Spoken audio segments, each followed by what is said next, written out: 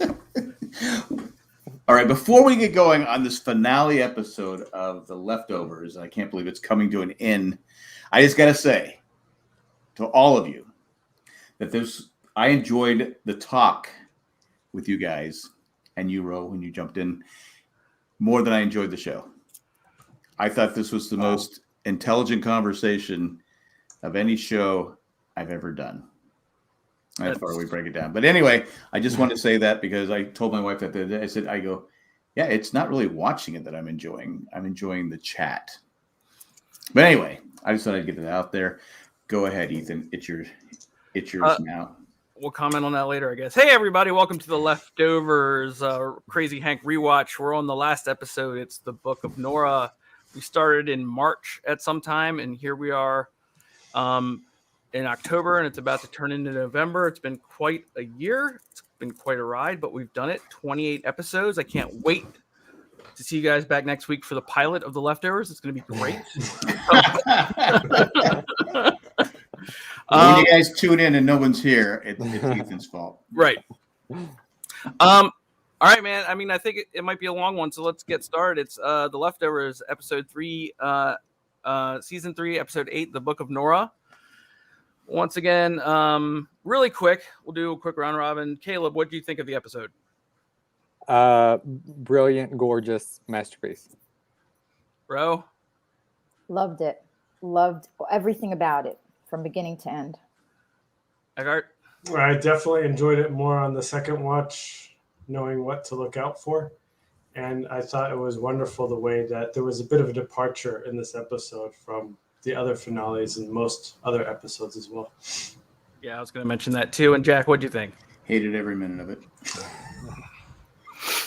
Would expect nothing less. I'm kidding. Yeah. I thought it was great. Great love story. It is a great love story, and I want to piggyback off of what Eckhart said real quick. It's completely different than any episode of the entire series. Oh yeah, and there's no episode of any series that comes close to what this is, and I thought about it a lot. We start with the opening credits. Last week we had the season 1 opening credits of the almost funeral dirge. Right, this week we're hitting all the greatest hits. So just to reiterate, we had Let the Mystery Be. I love seeing it back. It's like the greatest hit, right? Mm-hmm. It's also a spoiler alert for the episode. It's also a spoiler. It's also an instruction manual. Yeah. Nora gives her testimony to the scientist before she goes into the machine. The scientists are not satisfied with her answers, and they make her do it multiple times. She looks pretty frazzled here, huh? Yeah. Anybody anything to say about that? Well, I like the fact that they made a point of her saying, "I don't lie," because that comes down to the end of the episode. Mm-hmm. Is she telling the truth? Is she not? So I think they did that on purpose. I think every word in here is so perfectly placed exactly on purpose. And maybe we'll have a discussion of that question towards the end. Maybe. I don't know.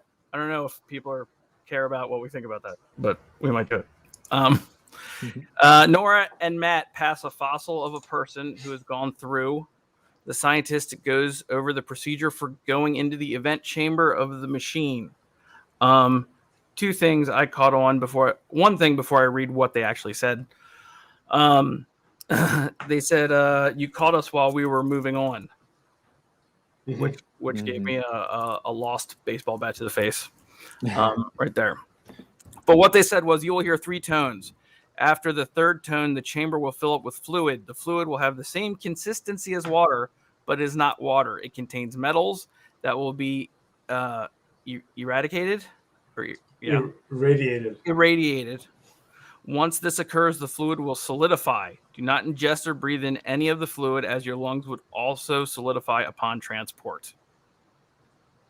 And I always thought that was very important for later. But isn't this stuff going to go in other areas? Presumably, yeah. Yeah, I mean, in your ear canal, in your nose, and other places. And I think it's a bit of a a bit of a science fiction, Mhm. technobabble Star Trek. I mean, you can hold your breath, but Right. what about the other things? I mean, you could argue that the danger is of it getting into the lungs. Yeah, I So guess that would be the nose would be problematic. Yeah. But yeah, I think what Ethan said. I mean, the whole the whole description of what she has to do or shouldn't do. I was actually thinking about it through the lens of Jack Glatfelter in the sense that all the instructions were verbal, so there's no record of it for any potential lawsuits, right? That's true. Yeah. And it's Good like point. everything is verbal in the sense that there's no trace of anything, right? Right. I thought it was very. Oh, go ahead, Caleb. Oh, I was just saying, I thought it was very ominous, that scene, and especially the way that they used, the Barbie and showed us with the bowl, and it was just very creepy. Yeah. And Barbie tips over. Mm-hmm. Yeah. That what Jack said just reminded me of two thoughts that I had at the opening of the show. The first one was when she's giving her testimony with the newspaper, it was being asked to say her children's name. That brings Nora some new recognition of what she's about to embark on. And then when the doll falls over, that was another moment where I thought, oh, now she's really in it. She's really seeing what the possibilities are and what's to come. Mm-hmm. Right. Mm-hmm. Matt and Nora play one more game of Matt Libs and have an emotional goodbye where Matt relays all of his fears for the future.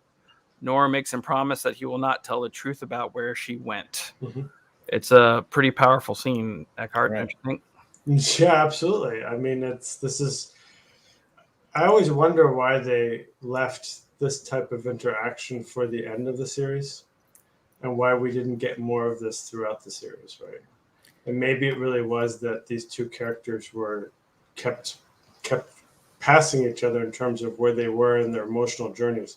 I think that's what it is, because you had Nora, who was focused, trying to get over, not that you get over your kids, but and then Matt had all his things he wanted to do. So yeah. So that the thing that really comes to mind in this scene is that they're, the way it's written is that they're trying to. I used the term redeeming quality before, but I don't think it's right. I think it's when it comes to a character like Matt, they're trying to show a certain humanity, right? right. That only really comes out at that last moment, that realization, not only that he's going to die, but that he's going to lose his sister. Right. And so that he's trying to make the most out of that moment. And he's going to die without ever seeing her again. I mean, Yeah. Yeah. Do you think they were trying to make it so Caleb would forgive him for all his? No, Caleb's not going to forgive him because Caleb's Caleb. So. I was just going to say that I think Matt admitting that he's scared of dying is a nice contrast, because Nora won't admit that she's scared of living without her children. That's a good point. So you kind of have these two juxtaposing positions there. And like you say, they're kept apart for most of the series until now. They really fully go there in their conversation. Good point. Yeah. Didn't think about that. I like that. Yeah, and Matt says that he's scared and not scared. He's got both of those feelings. Mm-hmm. And so does Nora. She's scared of losing her life, but she's more scared of not seeing her children, and hence going back to the bravest girl on earth, whose former partner was the most powerful man in the world. Ooh. Yeah, I like that. I like that duality. Yeah, that's good stuff right there. Also, they brought up Cairo again in the Matt Libs. Yes. I like that. Which, Caleb, did you bring that wishing cup back from Cairo? You weren't here last week? Yeah. I heard that and exited out. I was like, Nora disrobes, and while flashbacks of her children and their departure fill her memory, she slowly makes her way into the machine. She sits down and the liquid fills just to her head. She starts to shout something, and then we smash cut to the blue sky, apparently 20 years later to the future, to where Nora is Sarah from the flash forward from the Book of Kevin. Is it 20 years or 10 years? I think Well, It's the dad's 91. Okay. Right. So So how we old? think he's how- in his 70s in the. yeah. I episode? really think it's supposed to be 20 years. Because the article you sent us kept referring to 10 years. I think it referred to it once as 10 years, right? Yeah, and I think that the whoever wrote it then made a mistake. I'm with you in the sense that I think it's probably 20 years. It has to be 20 because of the way they aged. Mm-hmm. And that's another thing in that article. That's a $10,000 wig. Yes. Saw that. That's an amazing wig. I think it's really powerful. Her walking. Yes. I don't know why she wasn't able to wear clothes to the thing, but dramatically, it made sense. And just to go back to all these things she hears in her mind, probably she's heard in her mind every day. The minutes before her kids depart, it's a very emotional scene. Well, it's I think the nakedness shows this physical, vulnerability, and in a way, she's entering the waters and being baptized. This comes back later with the bathtub. Not to go all biblical again, but I did also want to mention that with subtitles on. When she screams, it says yes with like an exclamation point. Now that's not to, talk about later at the end of this episode, but I just wanted to note that I noticed that and I didn't realize that before. That was my first time finding that out when I rewatched it today. Do you think they were? Go ahead. No, you go ahead. Do you think they were showing us the scene where the kids depart and the dad departs is not Nora's finest moment as a mom? I mean, it's not her fault, but that maybe they're giving us a hint that what Nora's going to do after she sees her kids, because because she says the kids are happy, that maybe she is saying they weren't happy with her and her husband because the husband and her were not getting along, right? I actually thought the reason they included those scenes were to kind of remind us, because if you think about this I just saw it. This series is so dense, and if it was being watched week to week, and so much stuff happened with Kevin in the prior episode, and before that an episode with Matt, and before that an episode with Lori, that you have to go back like a few hours to when Nora made that trip to was it Indianapolis to see Marklyn Baker, right? Where we really see like how frazzled she is, right? That I think the purpose of those scenes were more just to show, like, to remind us of like what she lost, because again the camera's been focused on all these other people. Right. Okay. But it also it does show her a weak point of her as a parent, and unfortunately, it's the last picture of herself as a parent. Right. And she's had to live with that. Right. Yeah. See, I think that desperation, she would have had that desperation for her children no matter what had transpired, on the 14th. But I think the desperation was enhanced and heightened because those last moments were so negative with her children. And I feel like she needed to make up for that. And I think that was even more of a driving force. But the other thing I wanted to mention as a completely, offsides comment is that I thought it was interesting that they showed the orange juice cup tilting over and Nora yelling, we know she's young, both hands. And Nora used both hands to close the enclosure. Nice points. Go get all the points tonight. I do have a theory about subtitles. I think that this is a very low priority in a Blu-ray package for HBO. I don't think they got the best people to work on the subtitles. Yeah. So And HBO said gasp. HBO did not say yes. Yeah. HBO said gasp. Yes. Yeah, I was watching the Blu-rays that I own. So, and you're saying it says gasp for what? For when she opens her mouth. No, I mean, like, what platform were you watching it on? On HBO Max. HBO. Okay, well, yeah. So, and that's the only other options, right? It's not on.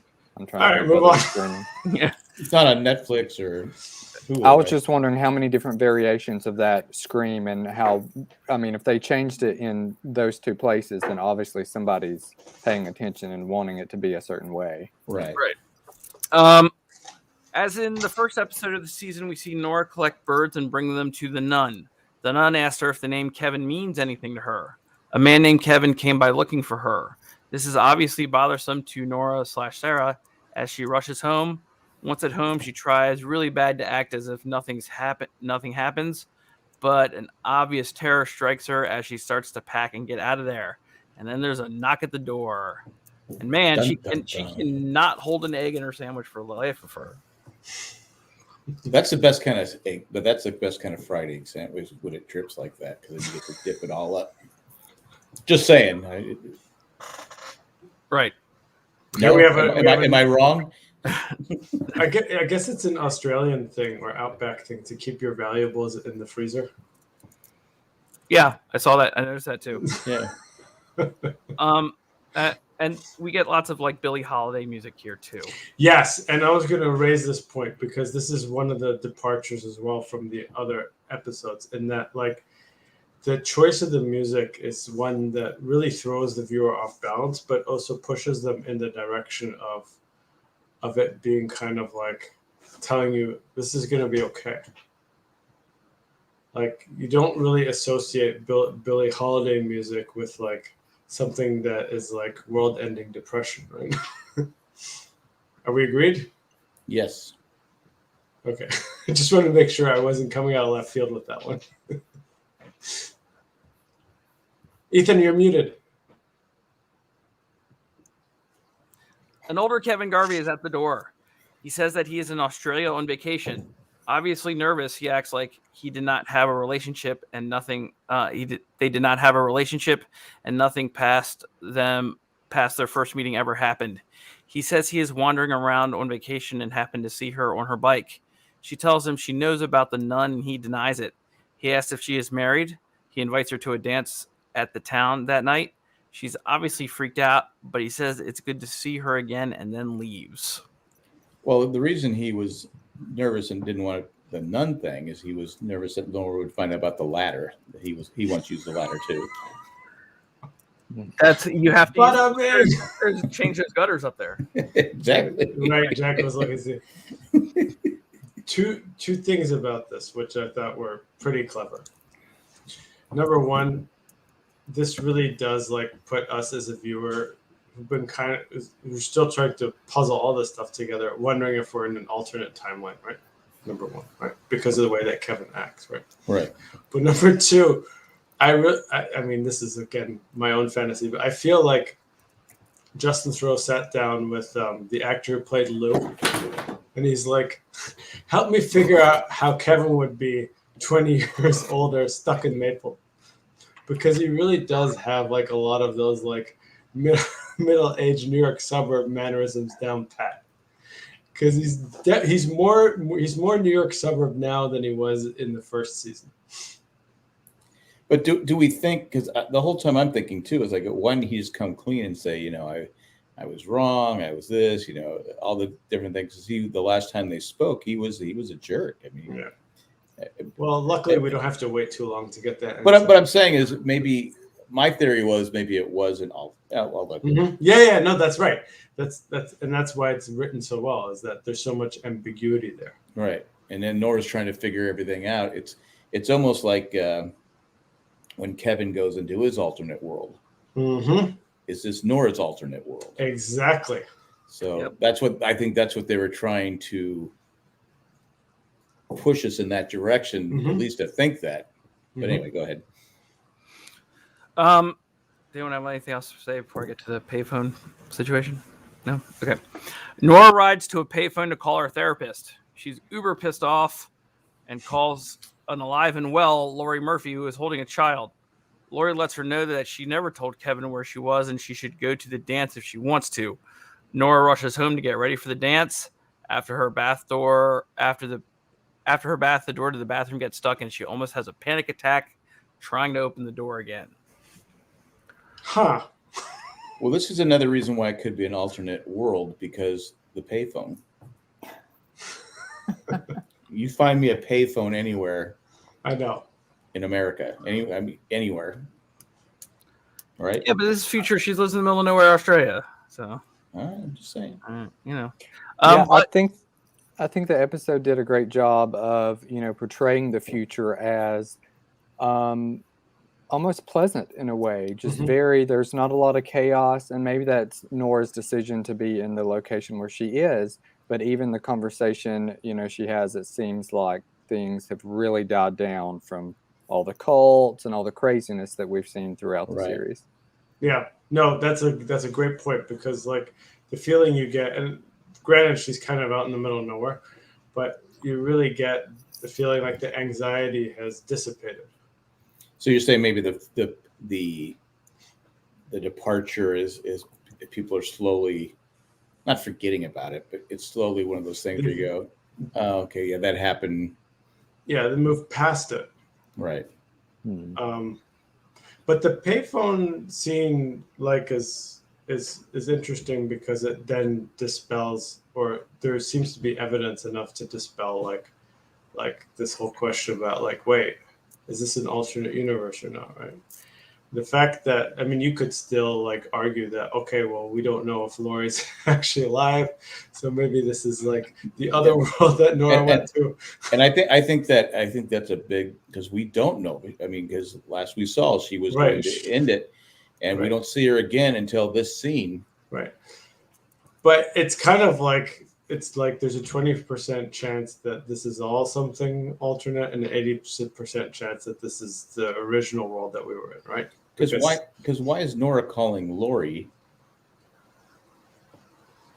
I mean, it doesn't make it to me. It doesn't make sense, because the last time they didn't speak, right, for 20 years. But she calls her, and she calls her occasionally. She said, "I know," but I go, why call Laurie? I know. I mean, that's the thing. It's like as they start giving us the breadcrumbs, they don't form them in a path. They put them in different places, and they force us to draw the line between the points.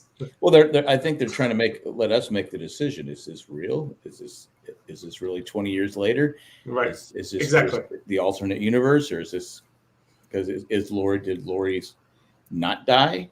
Right. And Ethan, this, I don't think this is spoilery, but jumping to the article that you referenced, I mean, we could see in there when they're discussing how they're writing this, a big theme for the writers, especially Lindelof, is anywhere where there's ambiguity, put that on the viewers to decide if it's ambiguous or not, right? Right. Because it seems like Lindelof's mantra was he didn't want to have to answer obscure questions for the next 20 years. Like, is John Murphy still alive? Right. Yeah. When I first watched this scene, I was I felt hurt and betrayed by the Leftovers. And it took me a very long time not to feel that way. I felt like with everything they played, so close to, how there were explanations. If you looked really hard for every time Kevin came back, you could see historical explanations where someone was shot in that place and lived, or where someone held their breath underwater or drank some kind of poison that kept them down and they came back. Every line that they crossed on so gingerly to get all that stuff believable, this was the first time I felt like the rug was pulled out from under me. They gave me an hour of Laurie committing suicide, and then there she was. Yeah, that's good. That's why I wonder if this is she really alive? Mm-hmm. I tend to lean the other way that she's not.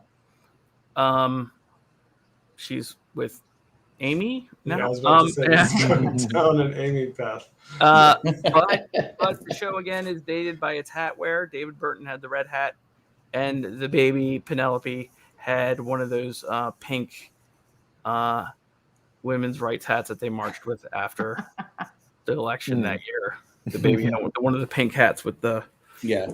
You know what I'm talking about. Yeah. So that grounds it in the reality. Then is that what you're saying, Ethan? I'm just saying. A reality. I definitely think that the question as to what this reality was, is this Nora's hotel, quote unquote, or is it real?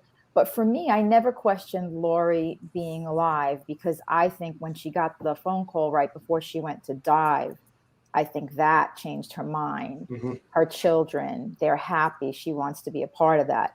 Mm-hmm. But the one part of this entire episode that really bothers me is the fact that Jill is 20 years older, but has a 1-year-old baby. That's always just sat in my craw a little bit. Like, granted, women have babies at all ages, and she was around college 20 years prior, so she's in her early 40s. Absolutely could have a newborn. Just felt a little bit weird to me. That might have been like I'm not going to call it lazy writing. That might have been sloppy writing. It's a device. It's just a Maybe- device to maybe- have maybe it was grandma maybe- Lori, you know. Right. Maybe the baby was adopted. Okay. Also, Nora getting really Wait, annoyed. Caleb had something. Oh, I was just, before you started on to the next scene, I was just going to say that I like the symbolism of her being locked in the bathroom, and it goes back to when she enters the pot of water, and what I mentioned earlier in regards to taking the bath and being baptized, because we see Nora go around closing every lock, pulling every curtain, and she's literally closing herself off from the world. Mm-hmm. And then I feel like at the last second here, after she gets out of the tub and realizes the door is jammed, that like Ethan said, she begins to have a panic attack. So I think it's really interesting to see that she's protecting herself, and now is she trying to get out? Has she decided to let loose a little bit? So that's very interesting. And the door's not on its hinges, right? So is this the first time she's used the door in a while? And also the doorknob is almost at eye level. Yeah, it's a weird door. Yeah. But Did she put it up? Did she put it up? I guess it really wouldn't matter. I like Caleb's observation about her closing all these things off, because it does tie into also, she's always been, a bit indignant, right? But in the world around her that's relatively calm and anxiety free, she really comes across as like the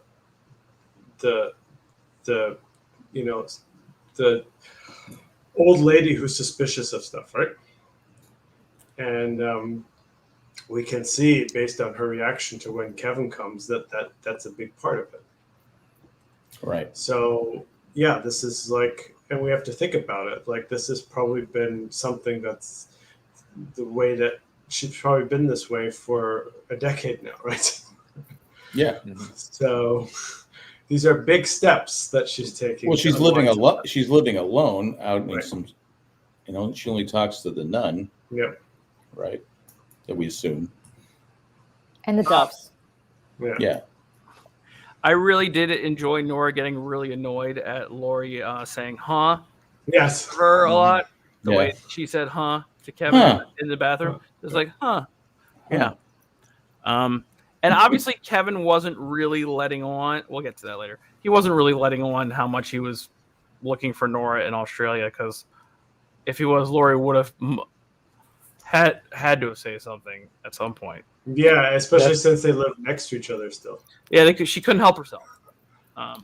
That's another thing that's a little wonky, Yeah. The whole Lori thing, that we could pick it a little bit, That's again why I question whether it's real, because remember, Lori told Kevin everything about Patty, right? There was no client confidentially there, so she's like going, so is it real? So now I keep quiet. Well, maybe the whole Australia trip taught her a few things, Okay, all right. It's just not consistent with her character. Maybe John told her to stop running her mouth about her clients. Again, I would question whether John and Lori would still be together. Right, me too. Anyway. Okay. So, Nora goes to the dance. Actually, it's a wedding, because dances happen in places like gyms that are neutral territories, right? Mm-hmm. So Nora goes to the wedding, and it goes to the dance. Underdressed, I should say. Underdressed. Turns out to be a wedding. Just as she is about to leave, she spots Kevin. She's pissed she wasn't told it was a wedding. He makes it clear he met the entire wedding party. They continue to talk as Kevin keeps up his charade of only meeting her once. Nora goes along, and we get an update of all of our favorite Leftovers characters. We learn Matt died and had a big funeral, and Mary gave the eulogy. Jill is married with a daughter, so Kevin is a fucking grandpa. Tommy had a divorce, but is okay. Kevin never remarried. He still loves Nora. Kevin Sr. is still alive. He's 91. Might be having a son. And Junior says he himself had a major heart attack, and he has a pacemaker and a scar. Mm. Now, again, would Mary be giving the eulogy? And she really loved him. Well, did she really love him? Why did she stay with him? We don't know how much time transpired from when he got back from Australia and if he patched things up, right? Yeah, I don't think he would have. Why? I think he didn't have that much time. Right? I think that the first scene, the conversation with him and Nora, is really showing how Matt's really cooling off as a character. So by the time he gets back to New York, I would imagine that he's kind of, he kind of says it all. I'm scared of death. So he's going to not care. He's just being a calm version of Matt that we've not seen before. So I think that that's why Mary and, there could be a cordial relationship there at least. Yeah. Now, I found it very interesting how we are able to get this info dump from Kevin where he tells us about all of these people and we believe him. We haven't seen it. They don't show it to us. They tell it to us. Yeah. Well, he's been lying the whole time. He's there, right? Well, he's not being honest with Nora. So now we're supposed to believe he's being honest? Well, I do implicitly. Probably just because he's a man and I hate women. That's what they say. We also hear numerous, throughout this last season, numerous people talk about their stories, such as Grace and the story about her children. Do we believe her? Yes. I believe Grace. She's amazing. Now, I also noticed I had this big, long, impassioned thing about Agent Killarney back in the first season, right? About how he gave Kevin a chance to not be mad because Kevin yelled at him on the phone and said some pretty nasty things on the phone. And when he called, he was like, "Oh, my message machine didn't quite pick up those last messages. You seemed real angry," or whatever. Gave him a chance to get out of being so angry before he talked to them. And that works if you play along, right? If the other person plays along and says, "Oh, right. This person's giving me an out. I won't be so angry." But Nora can't do that. yeah. No. Nora's incapable of doing that. And I just found that interesting. The actual little wedding speeches I thought were interesting nuggets because they show this ties into Caleb's theme for the episode about the we'll call it the post departure anxiety world, right?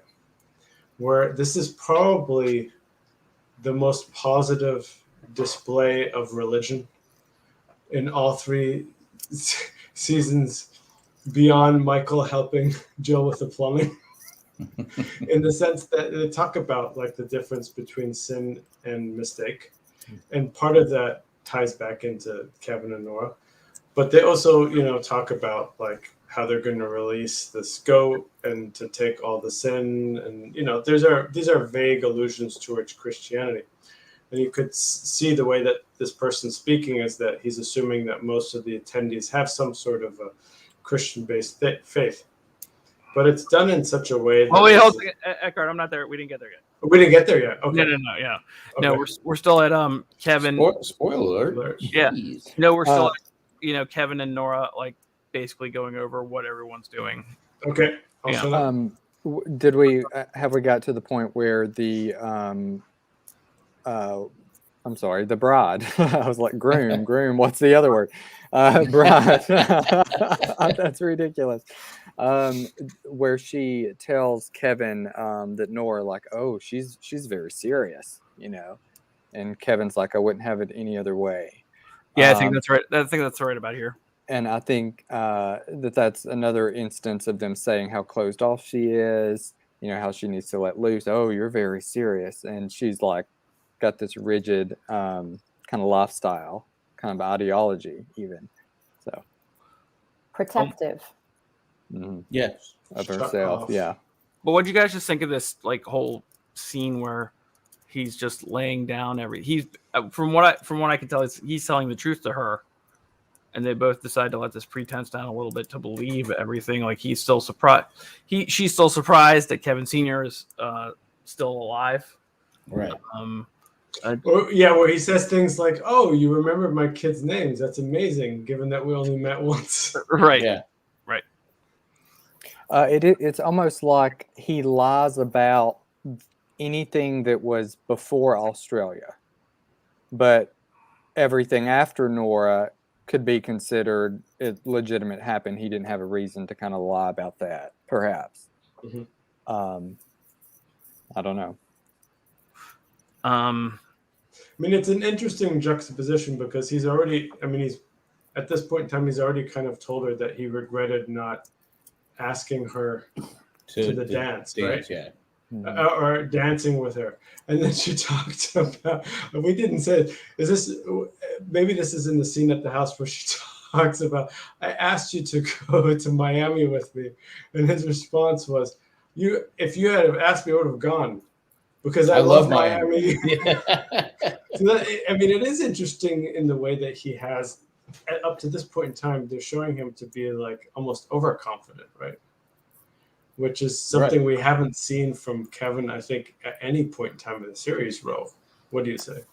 Well, I think one of the points that I got in his conversation with her is that, like Ethan said, he did a little bit of an info dump, or us West Wing fans would call it a teledonna. He told her that everything else is okay, except for her. Like he's letting her know that things have moved on. His kids are okay. His 91-year-old father, who may have changed his name to Fraser, is okay. But he's not okay. And because he's missing her, So I found that to be very compelling. And there are a lot of beautiful scenes in this episode, but the way that he looks at her when she walks in and he sees her, it takes my breath away. Yeah. And their entire performance, the whole episode, is just beautiful. The face acting, the expressions, the emotions were so real to me, at least. So I thought that was amazing. Whatever he's telling her, it's coming from his heart, whether it's true or not. It's to a purpose. And what's so great about this, I still think of it almost like an epilogue, is that we've stripped away all these questions at this, for the most part. Jack and I were still going back and forth about alternate universes, but for the most part, like, especially when you're at the wedding scene, the juxtaposition of him just telling us in a few sentences what happened to all the other characters and this like joyous scene around them, it really like takes so many of the items that were pure anxiety throughout most of the series and puts them aside because they're no longer relevant.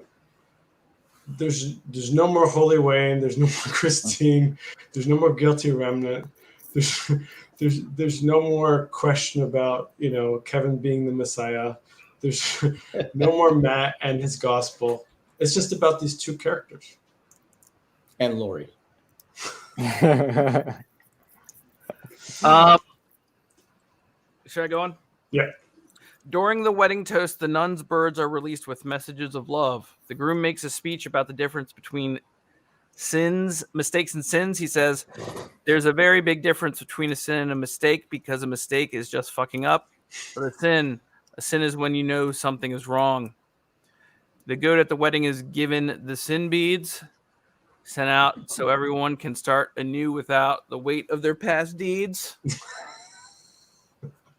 At that moment, Kevin said, "You only have one." He's I looked for more, dude. I really did. You know, and you can have them if you know what you gotta do.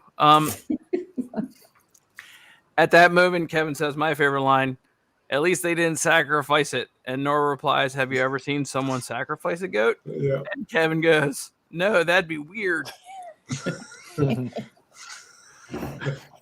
But at this point, isn't he just pissing Nora off? Yes. Mhm. It's trolling her. I think at this point she was more excited than pissed off because she was like, "Oh, I think I caught him." Yeah. Right. Good It's a point. game now for her for a little bit. Yeah. All right. Okay. Great. It would tick me off.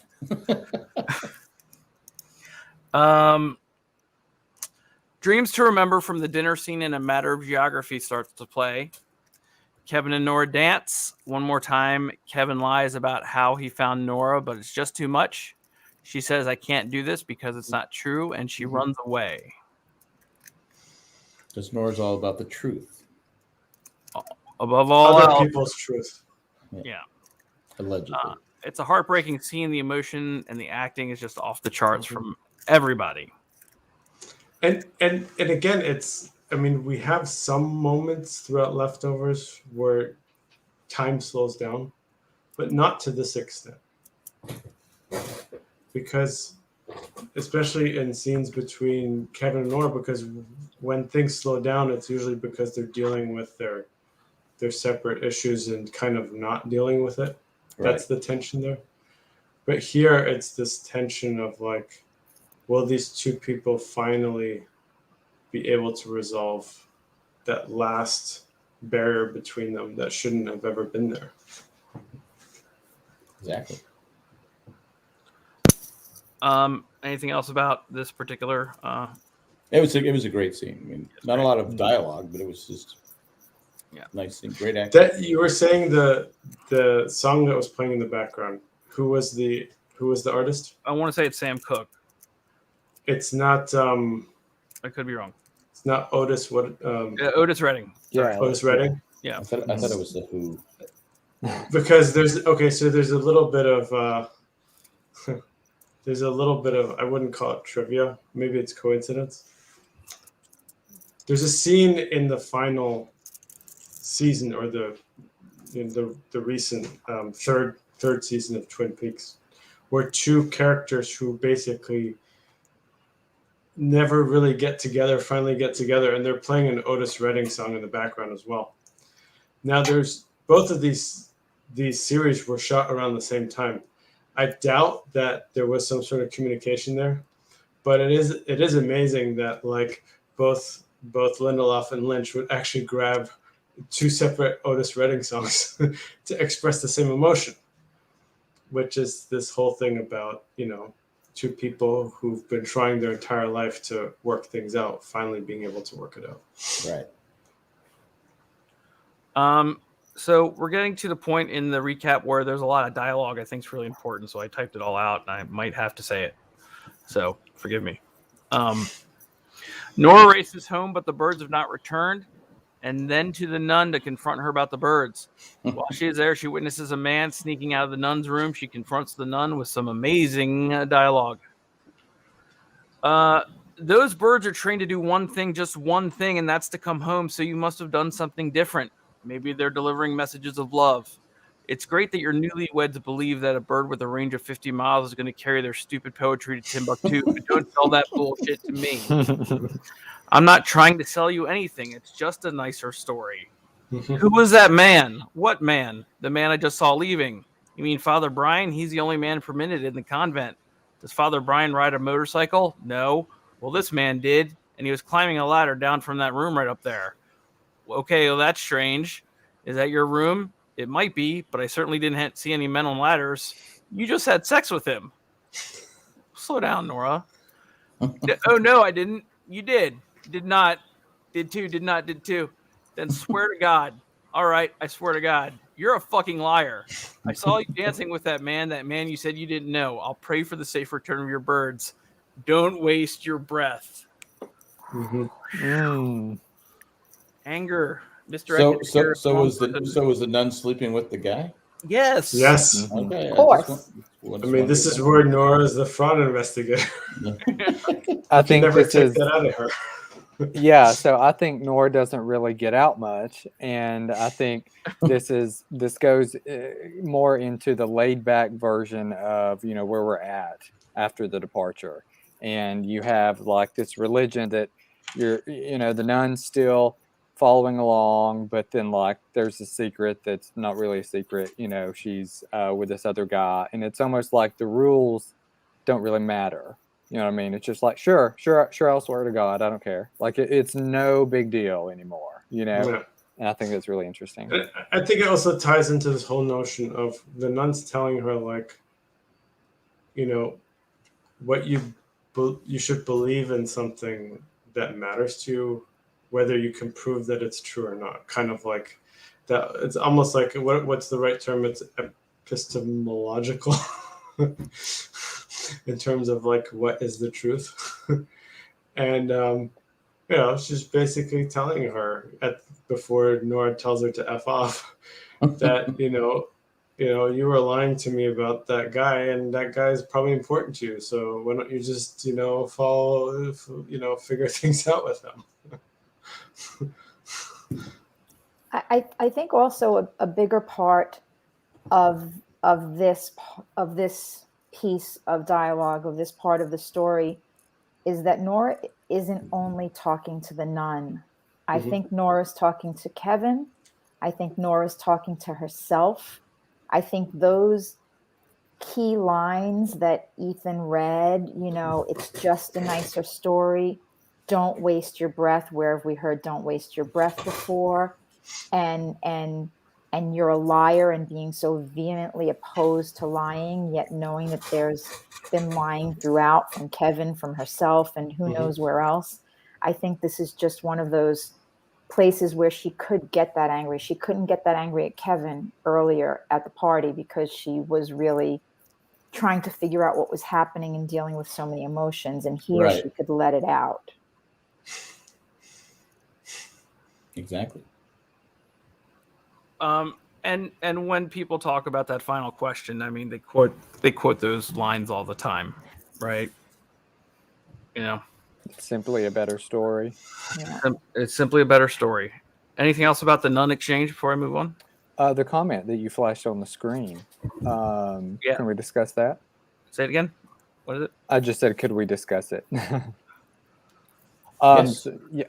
So I don't have anything to say about it. I would like to know from y'all. I don't think no one here is advocating lying, especially not a federal official.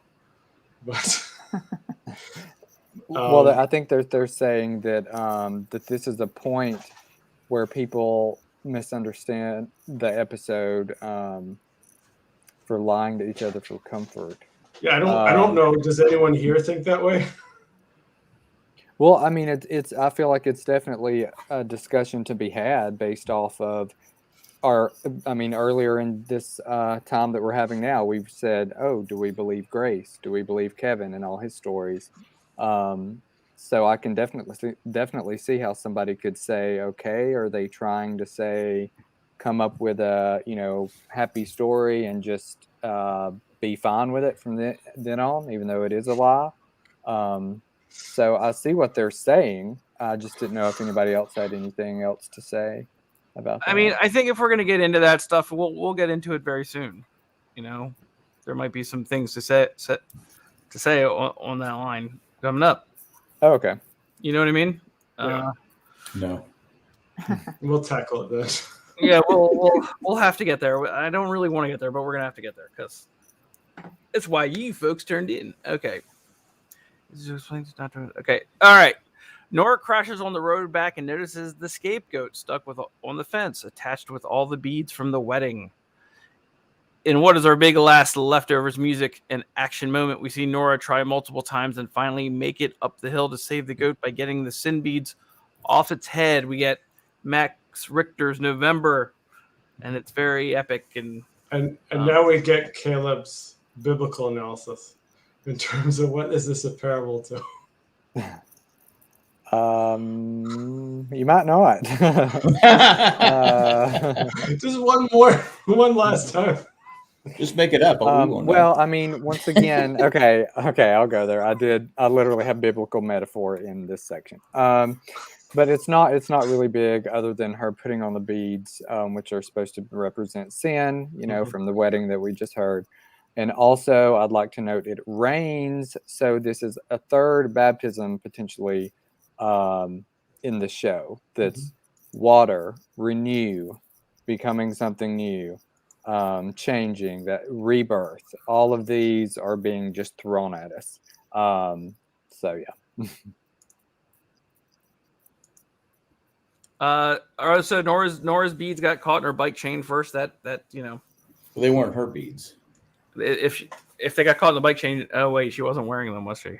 No, No, they're on their own. she was probably just clipped up and got caught in the chain. She was pedaling, and that's when she went over the top of the Now this over the handlebars. This article I did send did say that this was like a fake wedding tradition that they made up for the show. Yeah. But I know the scapegoat does have some kind of story behind it, but I don't know what that is because I'm Jewish for jokes, and that's about it. So, did anyone think that when I should have brought this up at the time when they brought the goat in? I go, oh, they're not going to slip. Of course, we all thought. Yeah. And that's what was so unsettling when they didn't do it, right? Because it's like Caleb said, the post departure, post anxiety world. PDPA. Where's Goat Killer? Well, if you died, want to right? take the goat as representing this new, departure, then you would, or years after the departure, then you could also vouch for the fact that the goat is being weighed down. I mean, obviously by the sins. That's what the show's showing us. But so if that represents this departure world 20 years later, there's still problems. You know what I mean? Right. We're just not really seeing them There's always going to be problems in this small town. Okay, so something has changed with Nora. I think from even the bead thing to her walking home with the goat. You can hear it in the music. You can see it in her demeanor. Free goat.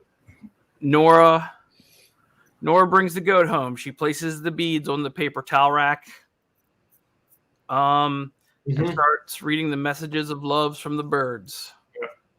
And our favorite character, angry Kevin Garvey, pulls up and gives her a piece of his mind. I'm so fucking stressed. Yeah, right. I mean, I can do it again. I wrote the whole thing out. Is the paper towel rack supposed to symbolize the paper? Okay. Ro, you're like from the New York area, right? I am. Okay, so how about Ro read the Kevin Garvey lines in her best New York accent? I don't. Which lines? Are you in the document I sent you? Well, I copied it. You meant it. Okay. No, but I don't. You do it, Ethan. Well, I don't know if I can read the whole thing. You want to know how I found you? You want to know the truth? He couldn't take it. Matt died. You weren't at the funeral. That should have convinced me, but I couldn't believe the last time I saw you and talked to you was in that fucking hotel when I burned that fucking book. When I treated you like crap. Yeah. I was so sure you were alive. I just had to come here. I come to Australia every 2 weeks. I mean, I only get 2 weeks every year. I come and I just wander Australia looking for you. And I always say I'm never going to do that. And I keep doing it anyway. And I ran into that nun and I knew that she was lying to me. Yes. And then I realized the only way I could do it is I'm just going to erase it. I'm going to erase everything and give us another chance. But you're right. It's not true. That's how I found you, Nora. I refuse to believe you were gone. Very. This is one of those. Why did he tell this at the beginning? Doesn't he say he panicked when he saw her? Yeah, he panicked when he saw her. Yeah. And he didn't know what to say. Yeah. Okay, if he wanted her back, he just said, I screwed up at that hotel. I want you back. I mean, I realize that's a short episode, but I mean, I would say it's. I mean, first of all, none of us have been in the situation that he's in, right?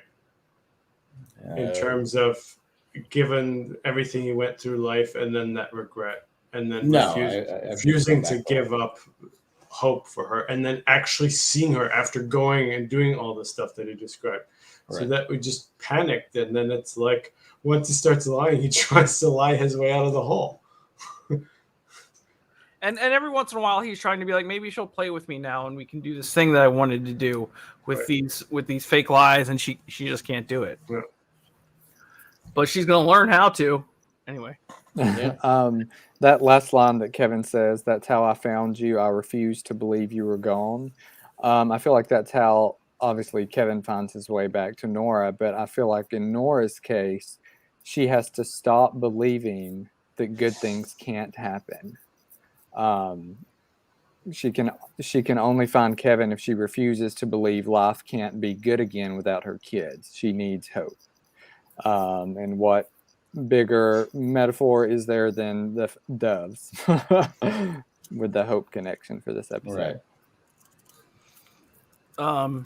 Inside, Kevin gives an update on the Murphys and Miracle, also about how the sun departure isn't mentioned that much anymore. Nora admits talking to Lori. She said Kevin was right in the hotel and she needed to be with her kids.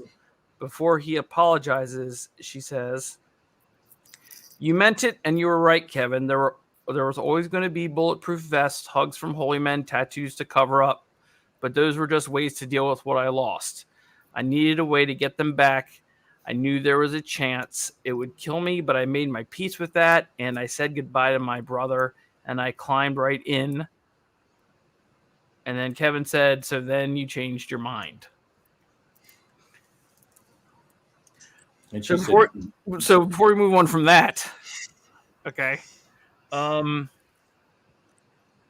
Kevin was right. He just said it in a horrible way. Like he got to the bone of her issue, but he fucked up with Nora and he just said it to her face and it destroyed her.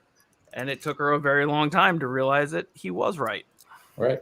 And it kind of goes to the way that these two were really good with each other and to a certain extent good for each other, but they just couldn't tackle the big issues that both of them were dealing with.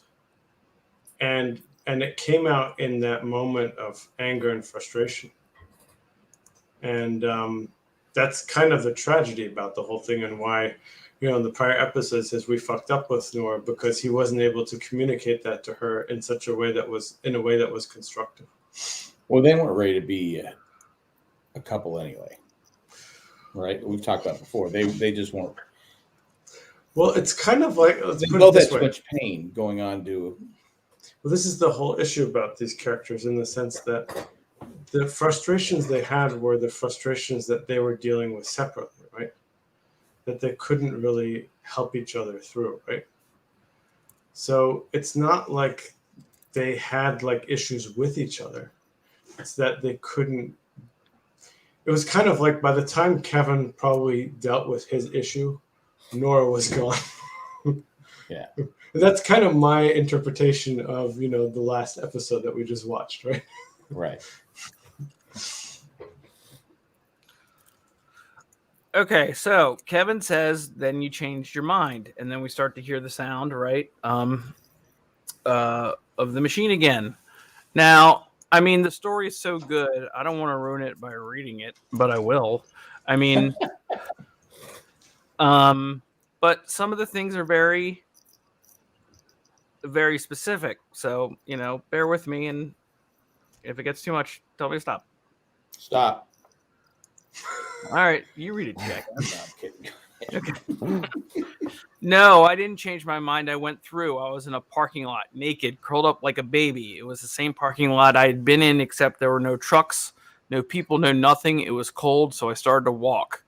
I walked past empty houses, abandoned buildings. I found the store, so I went in, and there were clothes there, clothes hanging on racks. So I got dressed, and I got back to walking. I walked long enough to convince myself that I was the only thing alive in that place, and then night came, and I saw lights. So I went to them. It was a house, and there was a man and a woman there, They were kind, and the man told me that 7 years earlier there was a supermarket and every single person disappeared except for him.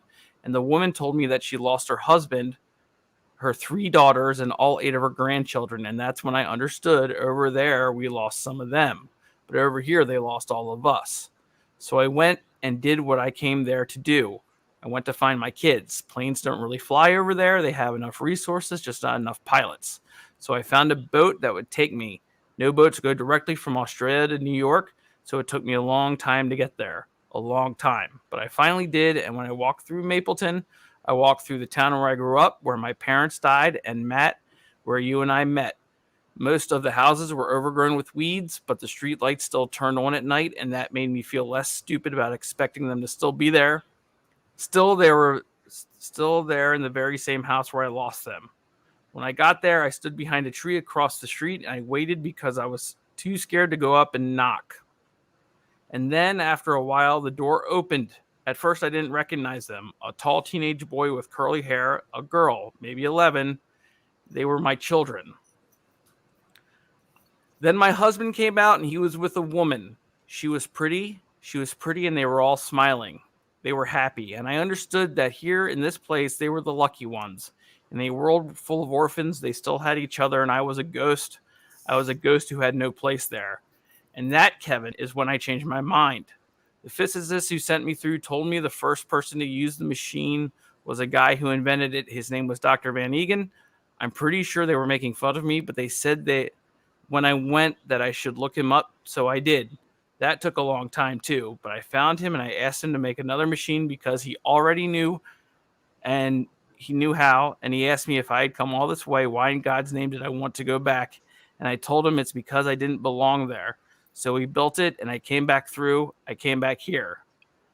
Did I think of you? Did I want to call you? Did I want to be with you, Kevin? Of course I did, but so much time had passed. It was too late, and I knew that if I told you what had happened, that you would never believe me. I believe you. You do. Why wouldn't I believe you? You're here. I'm here. So Carrie Coon does that better than me.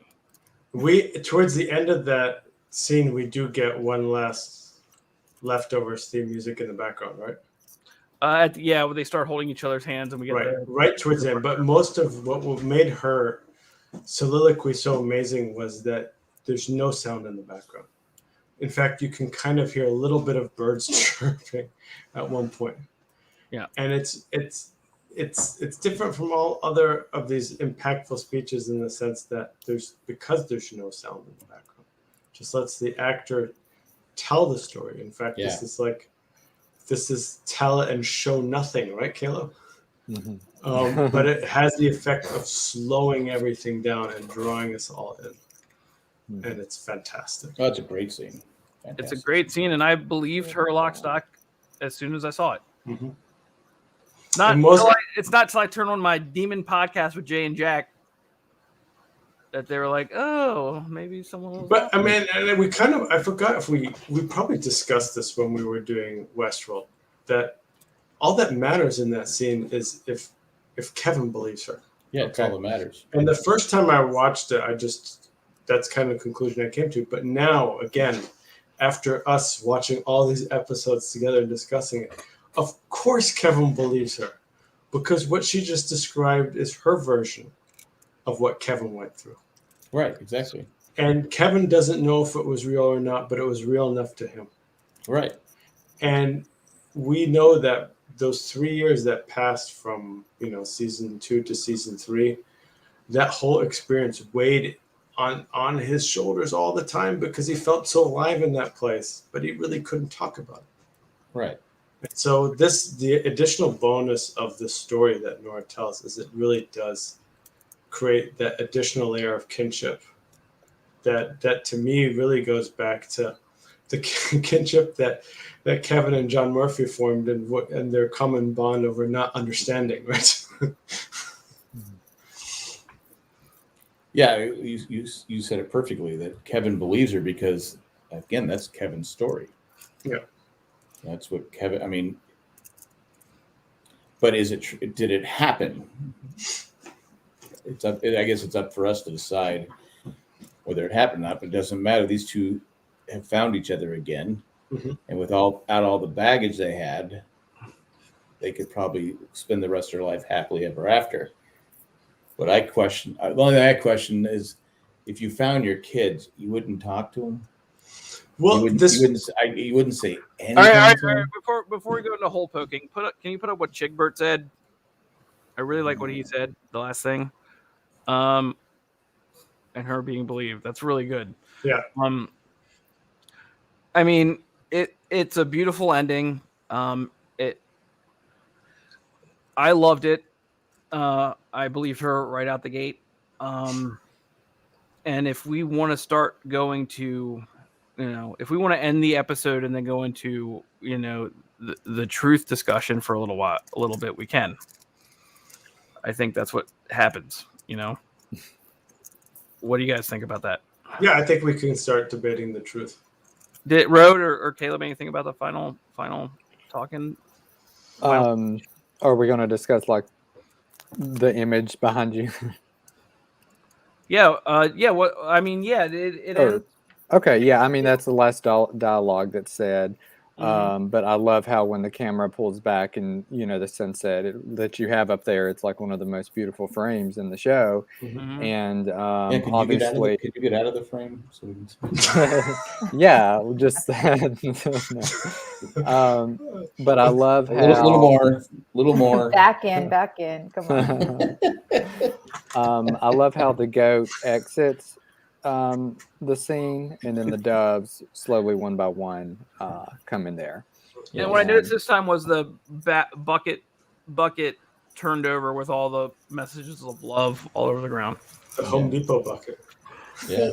I wonder. Well, it's a beautiful scene, and I think it's a beautiful way to cap off the series with a hopeful tone, which is something that Damon Lindelof talked about, wanting people to be satisfied and wanting to set a hopeful tone, and all of those pieces there. And I too, when I initially watched this show, believed Nora wholeheartedly.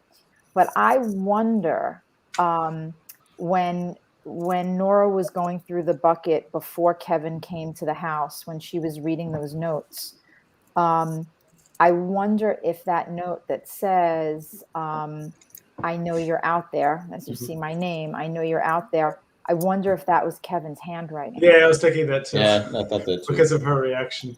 And so I feel like that piece of it too, it brings it all together. They found each other amidst this whole host of challenges and trials and tribulations throughout, and they're back together. And I just thought it was beautiful. And poor Bruce has erectile dysfunction, right? Bruce as in Chigbert, right? Bruce.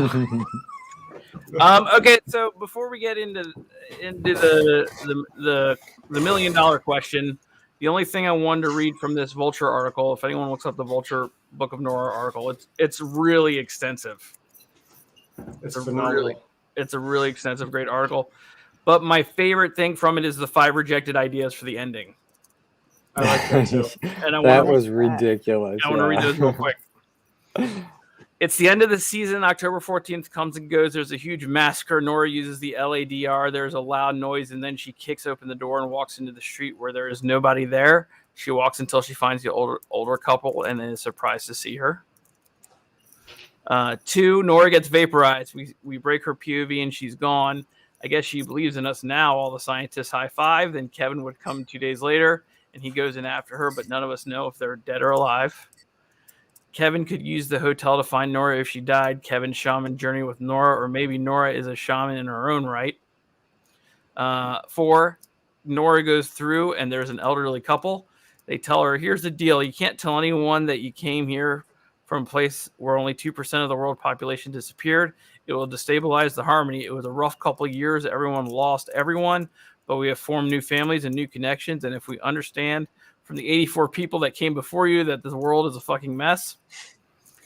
And Kevin dies a martyr. The only way to end your story is to take yourself off the table, staged crucifix, and then you have to go lay low. In this world, Kevin is a grief-stricken messiah who is grieving, and he never went and followed Nora. So yeah, I've thought about how like they took bits and pieces of some of that stuff for Nora's story. Right. But I tell you, since we're now discussing the story and the truth, right? Yeah. One thing that really struck me this time when I watched that scene was her rationalization for not approaching her children. And it was the same rationalization for not fighting when it came time to giving up Lily.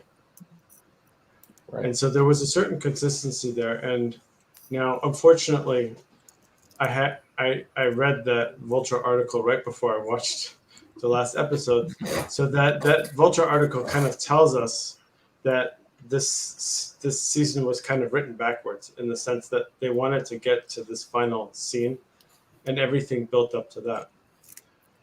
So, but I have to think that there's something about Nora's personality in terms of her insistence on honesty, even though she's lying a lot of this episode, but also like she has a certain rigidity towards her where she's not trying to hurt other people. And when she said that she didn't belong in the other world and to them she was a ghost, that there was something that was coherent with her rationalization of giving up Lily, in the sense that she would not put her own happiness above others. And in this case, she was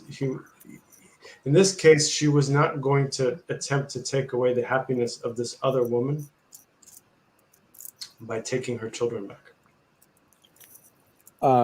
She mentions how it takes a while. If Nora does what she says she does, she mentions how it takes a while to even get to New York, and probably by that time she's realized, oh, this world is much different. I mean, she tells Kevin right out the gate, this is when I knew, when the couple, the older couple, told her. So I think by the time that she gets to actually see her kids from, behind a tree watching her house, I think she understands that even speaking one word to them is going to completely change their world. And they've already had that happen to them once. And I think she chose in that moment and realized, like Eckhart says, she's a ghost and doesn't belong here. And had she just kind of, what is she going to do? Her husband's with somebody else. For her to like abruptly, for one moment for her, would change completely the kids. And I think that's probably why she decided not to.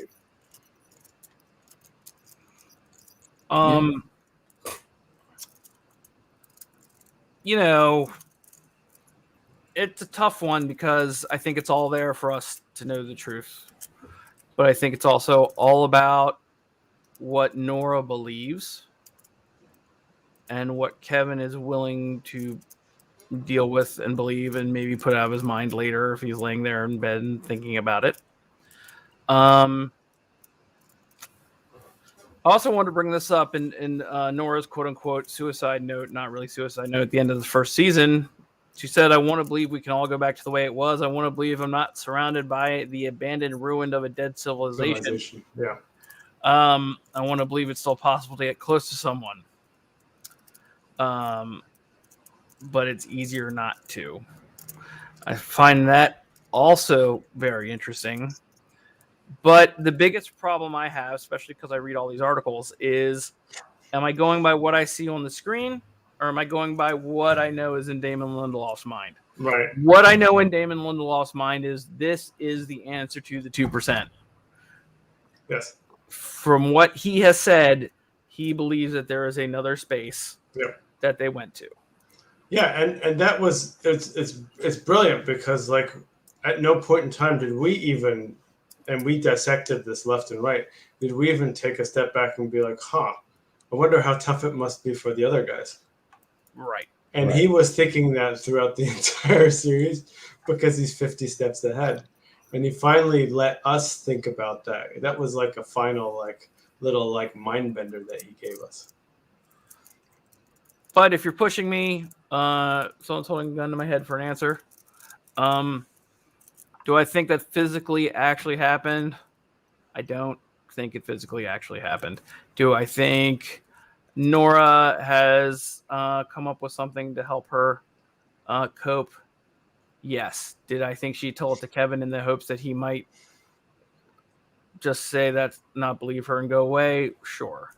Was she completely, utterly shocked?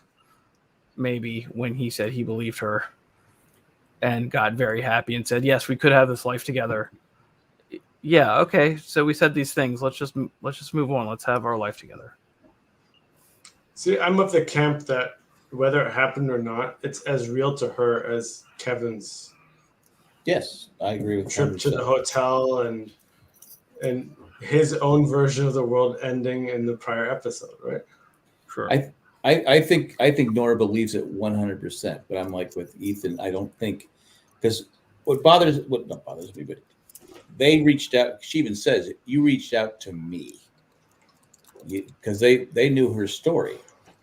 Everyone in town knew her story. She lost her whole family on, her 2 kids, her husband, all at once. I think maybe the machine is basically just to get people to, maybe it puts things in their head that they're seeing things. Who knows what that chemical? I mean, she doesn't know what that stuff is, so she believes what she believes it. Because I still think that even though you've waited this long to see your kids, I can't imagine. I get it. I get everything that everyone said. I can't imagine not, because I don't think she would be. I don't think she would ever be. She still wouldn't be able to move on. But I think she's at peace with whatever went through her, her trip through this thing. That she's at peace now. But I think, I don't know, and I just think the way she was before. I don't know, maybe she just needed closure, but I don't know how you just walk away from your kids after you finally get a chance to hug them again and tell them, "Hey, I'm sorry I yelled at you about the orange juice. I'm sorry." Then you could stay there and they could live with the dad and the thing. But I just find it hard to believe that Nora, whose life was never the same after the departure, would just go, okay. And go ahead.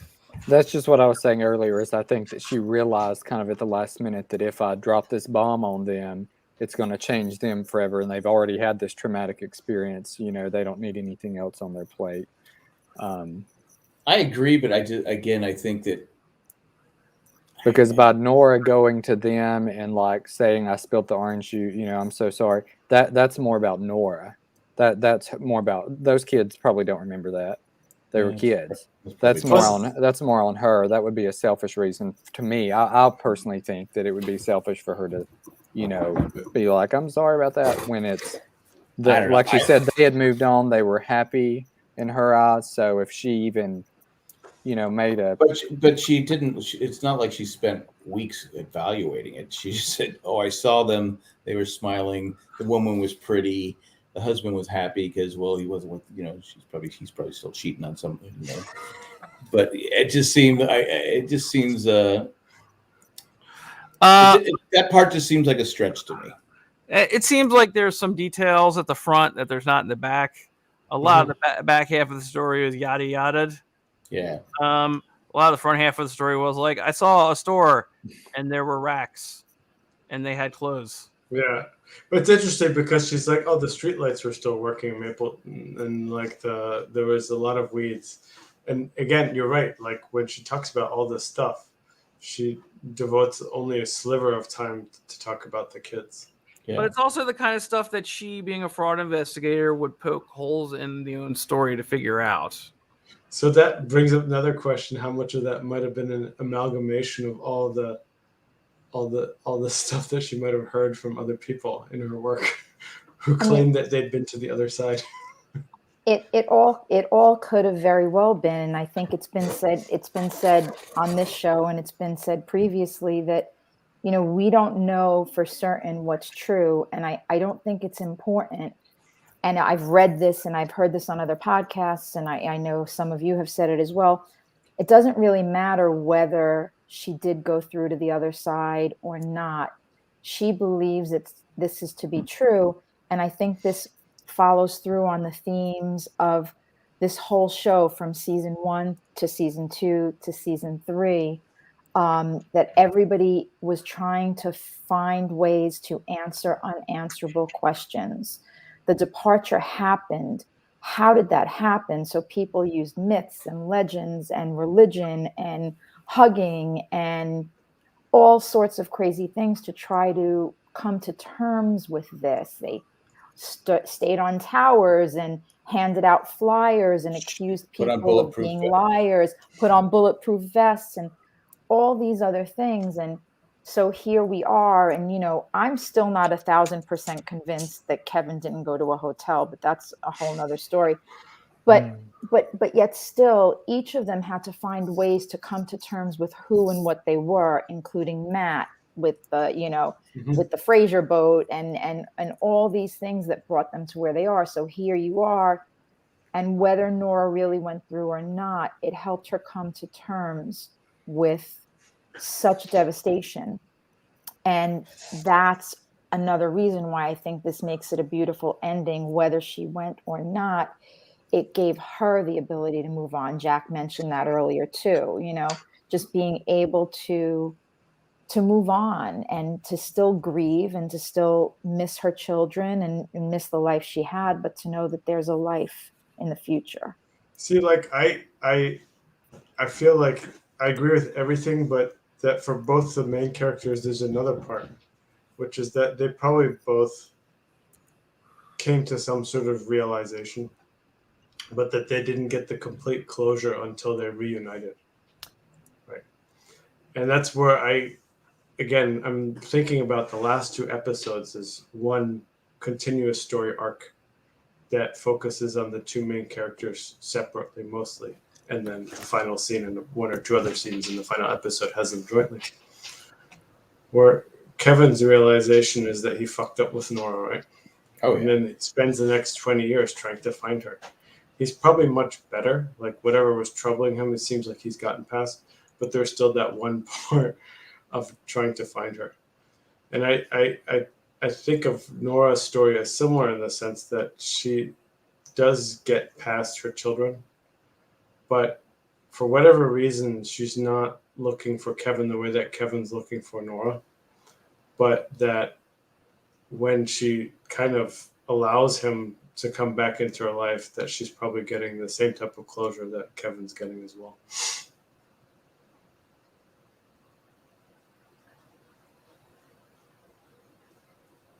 I'm sorry, I was reading the chat. Yeah, me There's too. a lot There's of- there's active a lot of chat today. comments. Yeah, we love the comments. We're just taking time reading them. But so let me ask you guys this while we wait for Ethan to come back. Why do you guys think Nora did not try to reconnect with Kevin the way that Kevin tried to reconnect with Nora? Fear. Yeah. Fear. I think it's the way Kevin left it. He was so angry and so bitter. And I think she just, like I said, she was living alone, and maybe, like I said, that was her way of coping with I'm not gonna approach my kids. I'm just gonna accept that they're happy, but I'm gonna live alone. Yeah. For the rest, I'm gonna die alone. I'll accept talking to the nun and my birds. Because what really struck me, and I'm surprised nobody mentioned this up till now, when she's telling her story about finding her children, she's telling that story like very much straight face. But when she starts talking about how she thought about Kevin, I believe I don't know exactly what she says, but if I'm not mistaken, she does say something about having thought about him. Ethan, confirm this in Nora's description of when she goes to see her kids. After that, doesn't she mention something about how she thought about Kevin? Yeah. It says, did I think about you? Did I want to call you? Did I want to be with you, Kevin? Of course I did, but so much time had passed It was too late. I knew if I told you what happened that you would never believe me. Right. So when she says that, that's when she starts like being more emotional. Because Yeah. her story up to then is spoken almost like a debriefing or a report. Yeah, because at that point, it's up to, she's putting it on Kevin to pass judgment, right? And, it's the judgment she's been afraid of if she tells him her truth. You know what I mean? Yeah. And, and that dam breaks when he says she's here. And we get that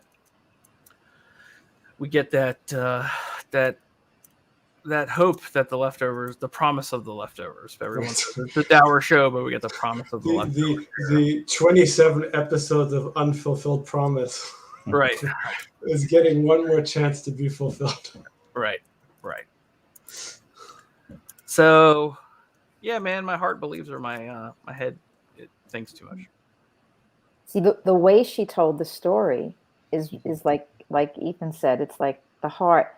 The way she told the story is what made me believe her. That she was almost detached, as if she was in her mind, walking through those streets and riding on those boats and standing beneath that light, like she was there. Yeah. And that 1,000-yard stare when she goes, a long time. She takes that moment. She goes, a long time. So she thought about that journey and how long it would take. Yeah, and I guess there must have been. I'm thinking about this now from Nora's perspective. I mean, when she talks about how much time had passed, right? I think that might be the key phrase in all of this, right? Because I hate to draw too many conclusions to this, but in the scene where she goes to see Lily at the playground, Lily doesn't recognize her, right? Right. And that's probably her biggest fear in terms of, Kevin kept searching for her, but her concern was she would search for Kevin, and Kevin has moved on, right? Right. Oh, yeah. Good point.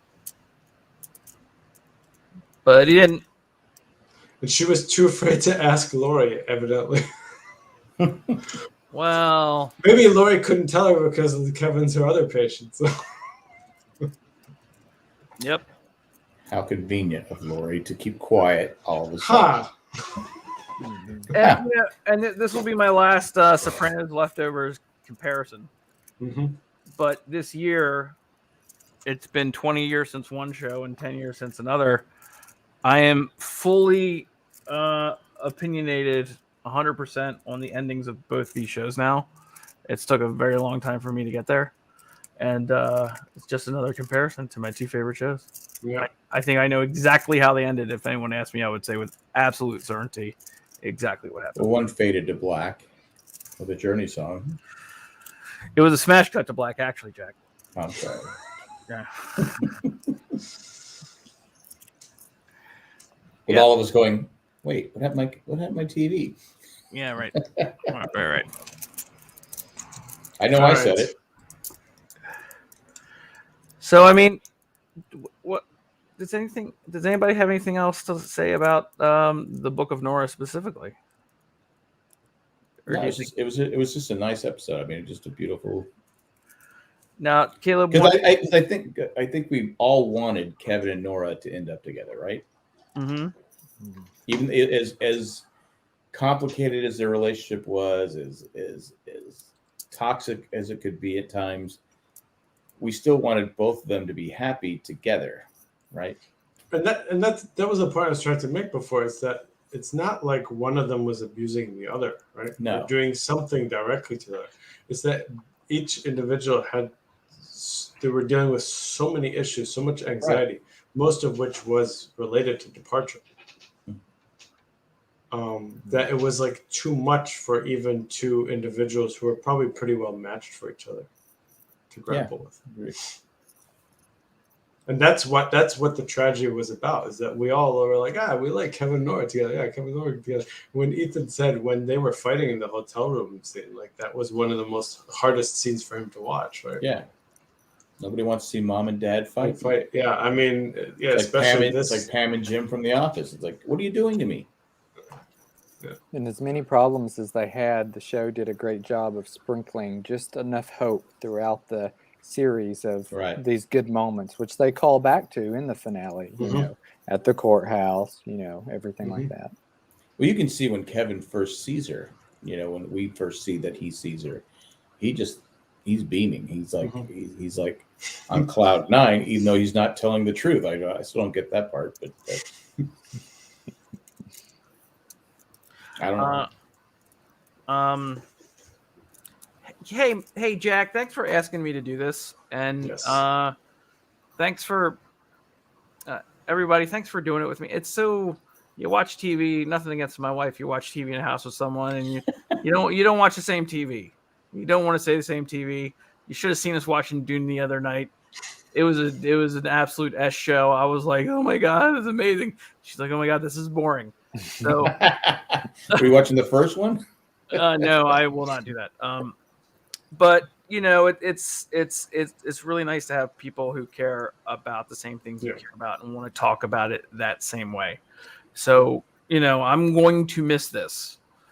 Hopefully it'll get the Leftovers monkey off my back for at least a little while, and I can enjoy some other shows. But I've really enjoyed talking to you guys every week. I know I'm a bit abrasive sometimes, and I apologize. But I just wanted to say thanks. You're abrasive. Oh, second that. Speaking of abrasive, no, what we said. You're no Nora.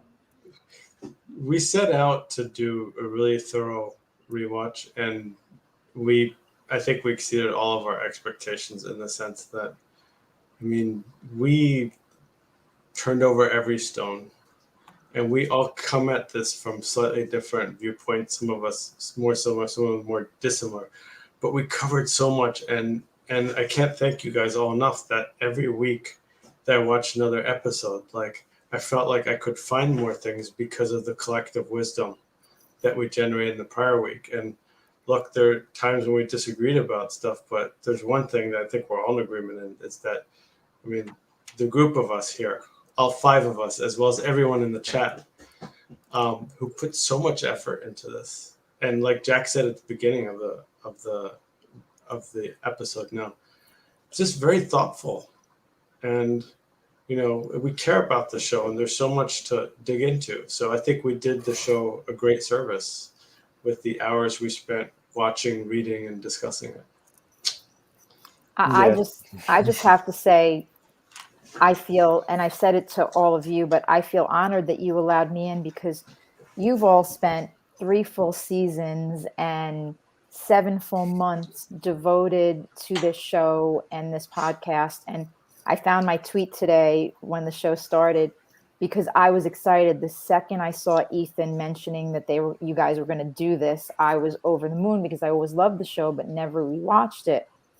And for you to allow me to be a participant in a few of the key episodes and this finale really just brings me a lot of joy. And I've loved listening to you and interacting in the chat and being on these few episodes with you. Thank you so much. But this is your baby, and you've brought a lot to all of us who've participated and all the people who've watched just on YouTube.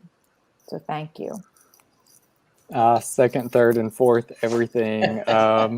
Jack, I appreciate everything during the pandemic. You know, although this isn't the happiest of shows, it was really great. Like you said, having more fun, not necessarily watching, but discussing with y'all, you know. So I really appreciate that. That, as well as the Lost rewatch, has really been such a hopeful moment, especially in my life, you know, during the pandemic. And so that has been great. And Ethan, your passion for the Leftovers has just spilled over into, I think, all of us. And this has just been great. And I've really, thank you for asking me, and I appreciate it all. Well, even though Ethan's pretty abrasive. I am pretty, I Look, wish Ethan's not the abrasive one here. No. And it's not Caleb, and it's not Ro. I wish I had taken the recaps from Jack a little earlier, just because it looks like I think he would have wanted me to. But maybe in 10 years when we do it again, I'll do it. Like I said, it's not my thing, but I did it because somebody had to. All right, so I should have said this before we got into the thanking portion. And we can go around and do this because I think this would be fun. What is the one big takeaway from this rewatch that everyone took? And if you have, as a second question, is what's the one thing that somebody said here that really blew your mind? Go, Ethan. Just the whoever said that Ethan was always right. No, Well, that was you. yeah. No, it was me. Whoever said that Jill is second banana to Tommy to Lori. Do you know what I mean? I don't know if I'd ever seen that so clearly as I saw it in this rewatch. Like how important Tommy is. Yeah, and and how to her and over Jill in many ways. Right. Yeah, and yeah, it's a tough question. I'm sure there's something else. And That's good. That's a good one. But yeah. Caleb. I don't know. I mean, Imaginary Amy's always a great one. I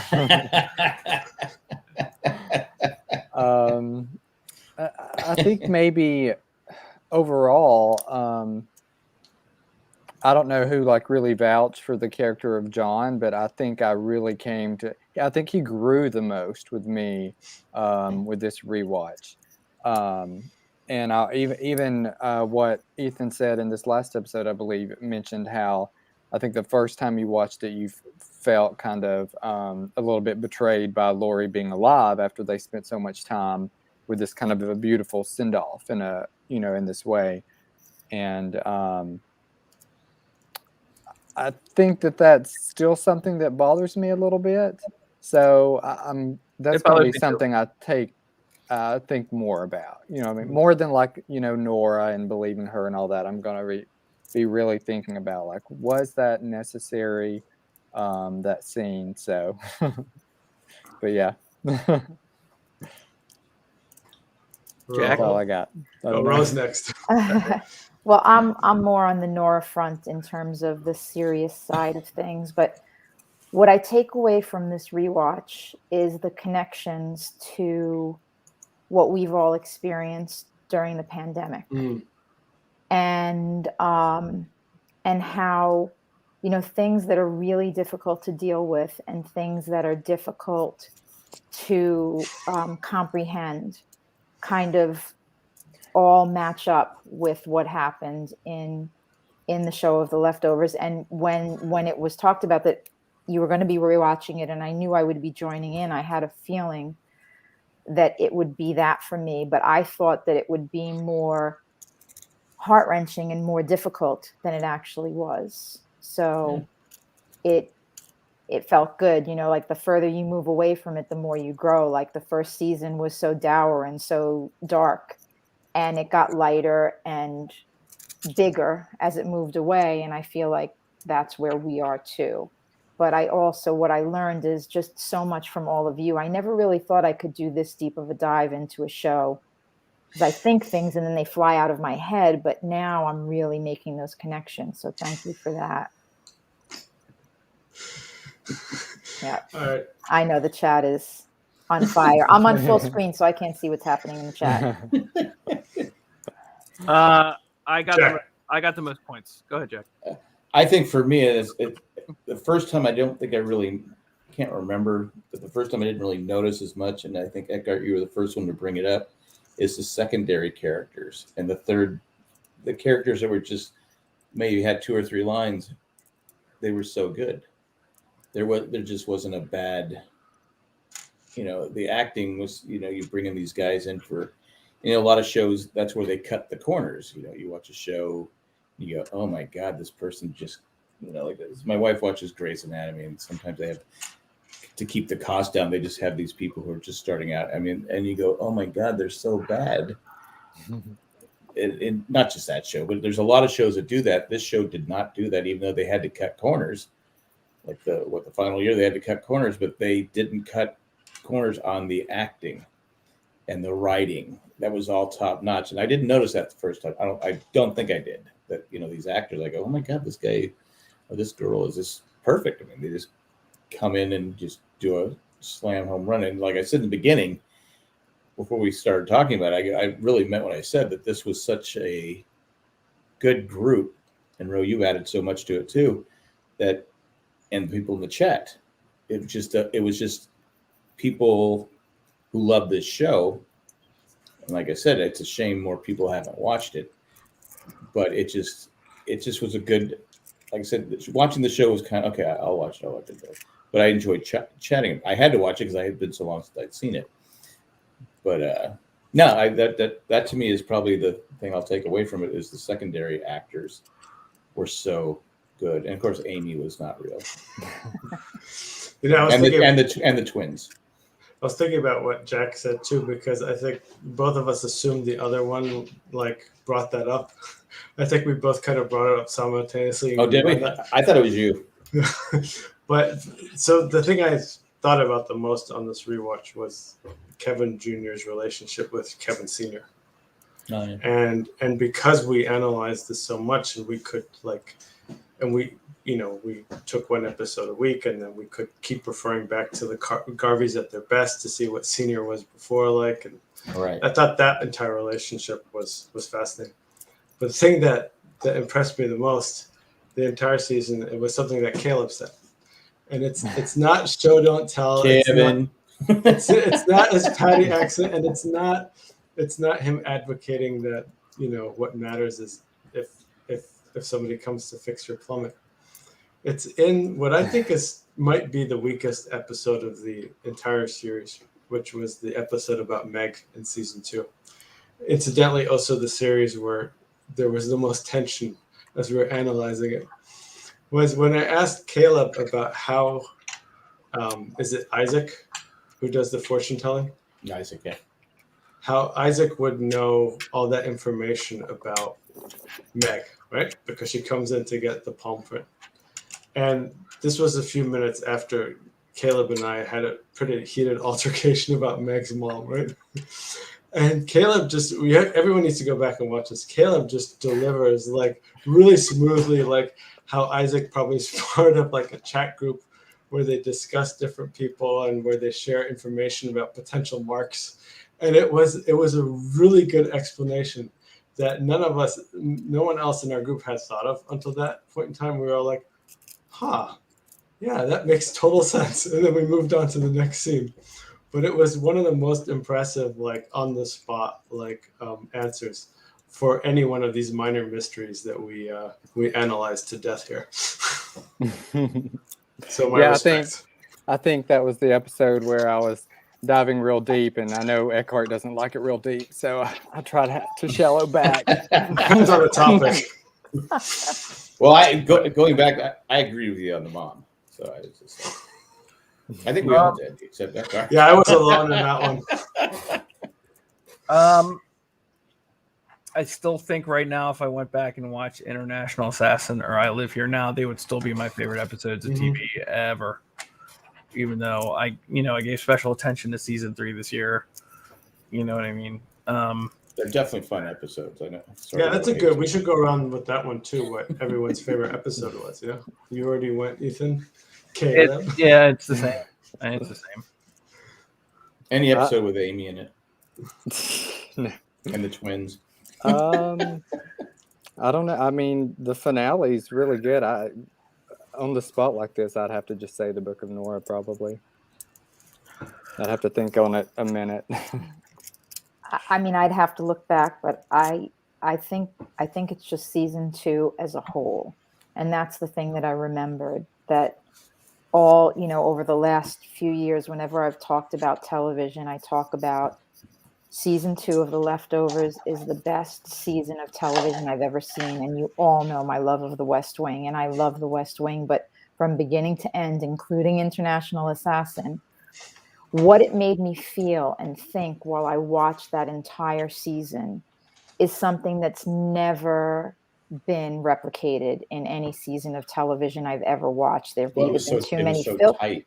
It was so tight, exactly. There have either been filler episodes or things that didn't make sense or characters that didn't work. I mean, Watchmen was pretty close, but that season is just exemplary. Yeah, they hit it out of the park. I mean, because like you say, The West Wing, the problem with The West Wing, they had 23, 24 episodes. Right, too much filler. There's too much. I mean, back The then. Stackhouse filibuster. Dude. Well, back then we didn't know. Noel. Back then we really didn't know or care because having, I think HBO was the only one really showing, like The Sopranos would have like 10, 11, 12, whatever it was. So having show that like network television was still pretty good back with The West Wing, and then of course Lost, and now it's like it's just garbage. But I So think Jack, I figured what was your out. favorite episode? Oh, I was going to say I think I figured out mine, and I'll just Good. Lens, and that's in season 2. And thank you, Ro, for bringing season 2 up, because the Regina King and Carrie Coon sitting on the couches across from each other, so I'm going to choose that episode. and think about it for a minute, right? This whole, at the end of this whole thing, right? Like they have to take it back to Nora. They have to take it back to Nora because they figure out she's a central character of this whole thing, right? And she has the most pain and everything. But they took her main episode in season 2, and gave it to Regina King with her. Right? They took that away, kind of, her showcase. And they gave it to grief. They hijacked her grief, and they gave it to her and Regina King, and it's one of the best episodes of television ever produced. And credit Carrie Coons for not, a lot of actors would have thrown a fit. You're taking mine and you're giving it to. I mean, there's a lot of ego. I mean, let's face it, Hollywood has a lot of egos, but they always seem to do what was best for the show, the actors and the writer. It's okay, what's best for the show? And you have, like you said, these scenes where they just, like I think you mentioned it earlier, the face acting, where they're not saying anything, but it's not just some bungle like this. They're actually, you can see the emotion, like this final scene with Kevin and Nora. You can see it in Kevin's face. He's like, please, I can't live without you. Without saying that, that's what he's showing. And that's what he says, I believe you. So yeah. But mine was International Assassin. I love that episode. I could watch it over and over again. Just because I like the scene where he comes out of the bathtub. Who am I kidding? Well, the thing with and I want to say it again, the thing with International Assassin is every time I watch it, and this episode, the Book of Nora, moves lightning fast too. It's a really fast episode.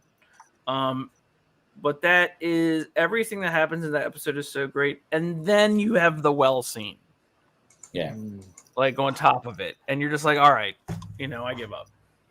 Like then he has which episode does he sing? It's Homeward Bound, right? Yeah, I live here now. Yeah.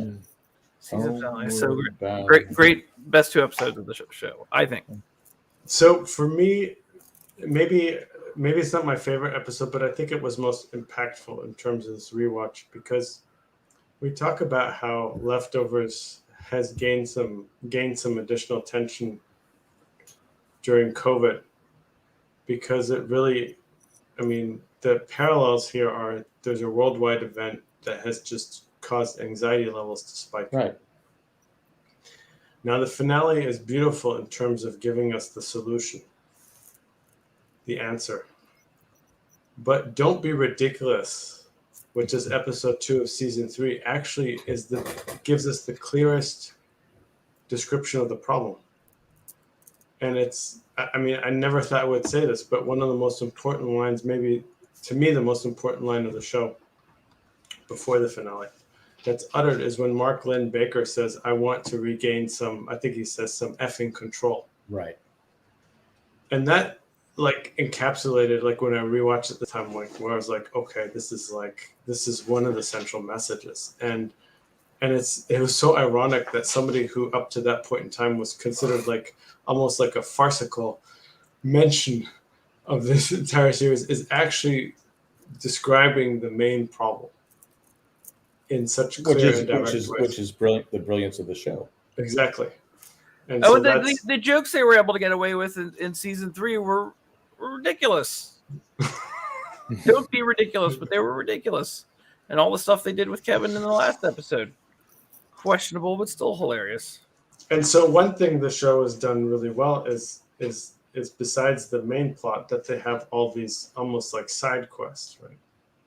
And to me, that episode of Nora, literally going on a quest to Indianapolis and then other places, and then visiting Erica in Houston before coming home. Right. To me, I think that was probably, for me, that was the best episode in the series. Nice. I did want to mention something that I just now remembered last minute that I really wanted to make a note of for the final episode, and we'll do that next week. Thanks, guys. You're so abrasive. Eckhart was saying what he thought, was an important scene by, like a minor character.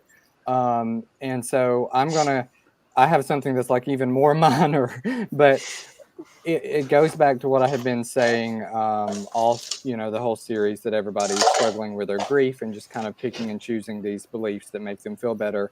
And it goes back to season 1, the episode Guest with Nora.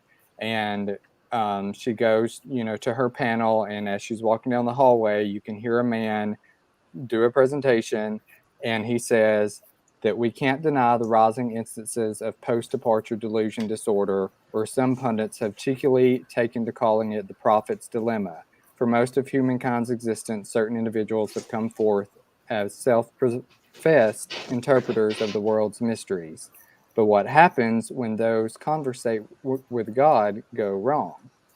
Following a catastrophic event or circumstance, let alone one that defies scientific explanation, the incidence of prophetic delusion rise dramatically. And that isn't just megalomaniacs who make the news for a week. This is happening to our friends, our neighbors, our own families. This belief that a higher power is speaking to us, whether through dreams or signs, even voices, is a powerful coping mechanism, and if left unchecked, is a very dangerous one. Sorry, I forgot how long it was. But I feel like that goes back to the beliefs and the overall theme of the show, and relating it to real world. That's why it's so important to, when you deal with a loss and things like that, to focus on your mental health and put it first. Yeah. Mm-hmm. Perfect. And it's amazing how early that was in the show, and we're it's like 6th season of episode 1, right? Mm-hmm. And except for Wayne, that wasn't really happening in season 1, and it just continued to happen further and further into the, like, by the time we got to the end, like 8 people we knew had started, Had done that, yeah. Yeah. Well, yeah, I mean, like, basically, like, some of the main characters are looking to the main character to become that. And now our loved one salesman is Polly Walnuts. It's a crazy world. Eckhart is frozen. I don't know. Eckhart's frozen. Jack, are you there? Wait. Jack's frozen. Jack and Eckhart are frozen. The bottom row. Well, I guess that's been the Leftovers Rewatch 2020. Did they depart? I was about to say, yeah. What are the odds? 2 out of 5. Oh, Eckhart's back. Jack, are you? Jack. Yeah. I'm here. But He thinks if he puts his box on top, it'll work now. Well, it's frozen and says this is the end. So. I guess am I back? Yeah, you're back. My internet, I think, because the only problem when you have more people is the internet. StreamYard struggles sometimes. I think since I'm controlling, since I have this. I don't know how to explain this. Anyway, You want to My internet- regain my internet effing control, right? yeah, exactly. My internet's like going. I can see the little bars going. Doot, doot, doot, doot. I go no. Anyway, it's my fault. Also Right. want to shout out to two people that started to watch the rewatch here that I haven't talked to. Right, that's not true. But my mom is one. She's been watching a lot of the rewatches with us, and my friend Jason, who came back to watch with us, which was really cool. So Did you watch it with your mom? I did watch the Book of Nora with my mom. Oh, nice. Did she like it? I did watch the Book of Nora with my mom. Did she hand you tissues? I did watch the Book of Nora with my mom. Has she seen the whole series? No. Well, then she wouldn't understand. It wouldn't mean anything to her. I did watch the Book of Nora with my mom. That You can was answer great. it. You're in a I'm sure she had great comments that helped you, with this presentation to them. That's basically Ethan's way of saying no comment. Coward. I'm going to miss that. In fact, Ethan, can you please change your Twitter icon Every once in a while, I'll be rude to you just for fun, Eckhart. Don't worry about it. Nice. I just want to see that icon again. No. My Twitter is now going to be a Bennifer news account. So now that the Leftovers rewatch is done, Okay, good. all Bennifer all the time. Okay. And you finally got to 100, right? 101. 101. Now nobody's going to Congratulations. mention me on Twitter. What? Now nobody's going to mention me on Twitter. It's only when you post about this that I'm mentioned Well. on Twitter. We'll let's see what bring happens. up every 6 months how much you hated International Assassin. Thanks. There's always 2022. Maybe we'll do flash forward in 2022. That's right. No. No one was talking to you, anyways. Oh, Is there a Kevin in there? Kevin. Kevin. It's a cupcake. Kevin. Kevin. Because I All was right. voted okay. heroes. But anyway, thanks for everyone who joined us in the chat. Okay, sorry. Go ahead, Kevin. Caleb. I was gonna say Heroes 2022 coming. Heroes season 2 in 2022. We'll do it. Season 2 of the Flash Forward. No, forget. Moving on. Heroes. Hey, I love it when it ends on a bad joke. This has been great podcast, guys. Thanks for having me. Good luck with anybody. Thank y'all watching for that. having us. Yeah. Thank you. Thank you. Thank you so much. Loved Thanks Thank it. you for for joining us coming. all. Bye, everybody. Don't waste your breath.